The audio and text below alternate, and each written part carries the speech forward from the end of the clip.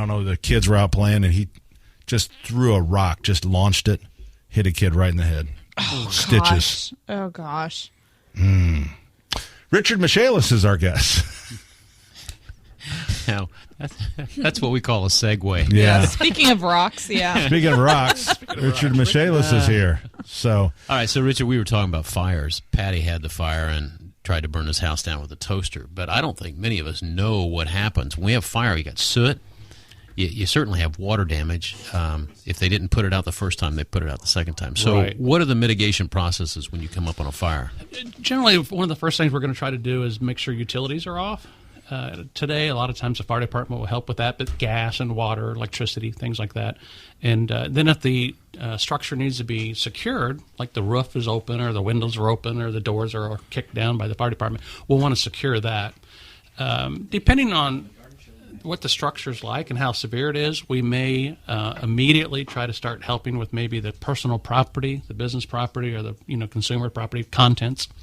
We may start doing things like trying to mitigate that. And when I say that, we're going to look at horizontal surfaces first, because the soot's going to drop down and the water's going to drop down on floors, tabletops, couches. I'm not even thinking about this. I'm thinking what a nightmare. It is a nightmare, and it's a lot of hard work. Now, do you coach them? You said get some clothes that you can get cleaned up, because you're going to need clothes? We absolutely do, and they're in shock for the most part. So they may hear it, but they may not remember it. So we for me, it was Black Friday.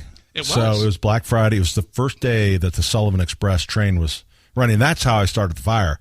I was in a hurry. I was wigged out about this train ride that I'm thinking, what am I doing? I'm bringing people in here for a train ride. We were at B Window that day, and Dick and I were there, and you said I burned the house down. And I'm going, what? And then you start telling the story.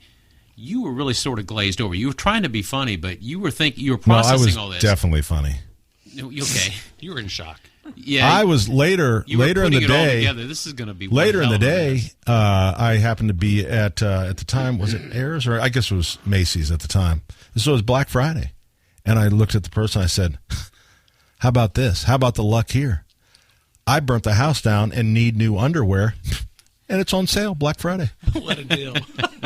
I got a deal. It's all about timing, Pat. Boxers or briefs. But what Michaelis did is they'll do an emergency cleaning for you. Get as many of your everyday clothes, and they rush those through right away. So the next day that you get those clothes back, and then the rest of them go into the deep cleaning bin. But I'm thinking about heirloom pictures, the wedding picture. I got Mackie's wedding in her wedding dress. I'm thinking, holy crap, I'd want to save that. I mean, you got to inventory all that. You got to get all that down and start thinking about how we save it. Absolutely, and we'll bring in vendor partners that specialize in that, like art conservators. I mean, that if it's fine art, we're probably going to bring in. And we had quite a bit. Yes, you did. Of fine art. Yes, you did.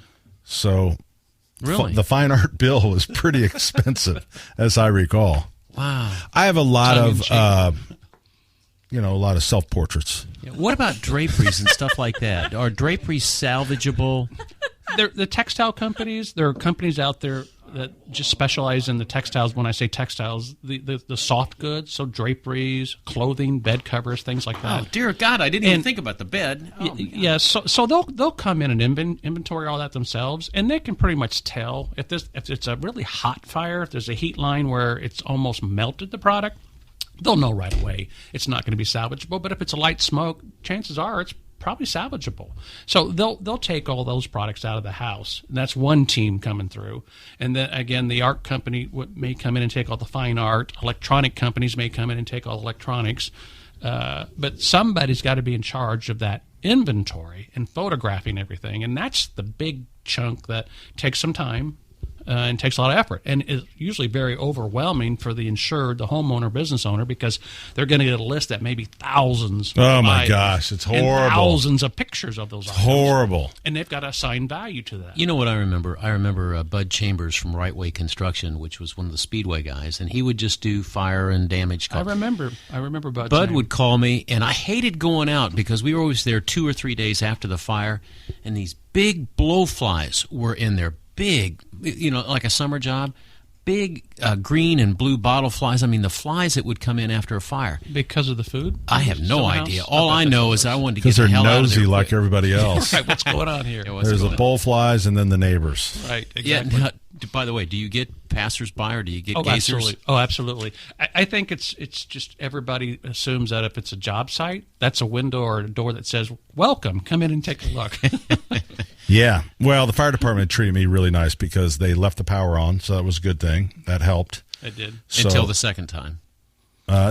They kept afterwards. it on. They said, "Oh, I think this looks all right. I better just shut these breakers off." And so that was Isolated. that was very, very kind of them. But no, it was an experience I don't wish on anyone. Everyone goes, "Isn't it great? You're getting all new stuff." It's like, no. It's not worth No, it. Wow. it is Well, not. and usually you do lose some items that are just irreplaceable. Yeah. Photographs and, Luckily, personal items that you can't nobody replace. was hurt, and that's all. Because Beth, you know what? I could have killed my wife. Exactly. I mean, That sticks would and not bricks. have, Nobody got because hurt. she was in bed when I set the house on fire. So, and it goes like this with Beth. She's pretty laid back.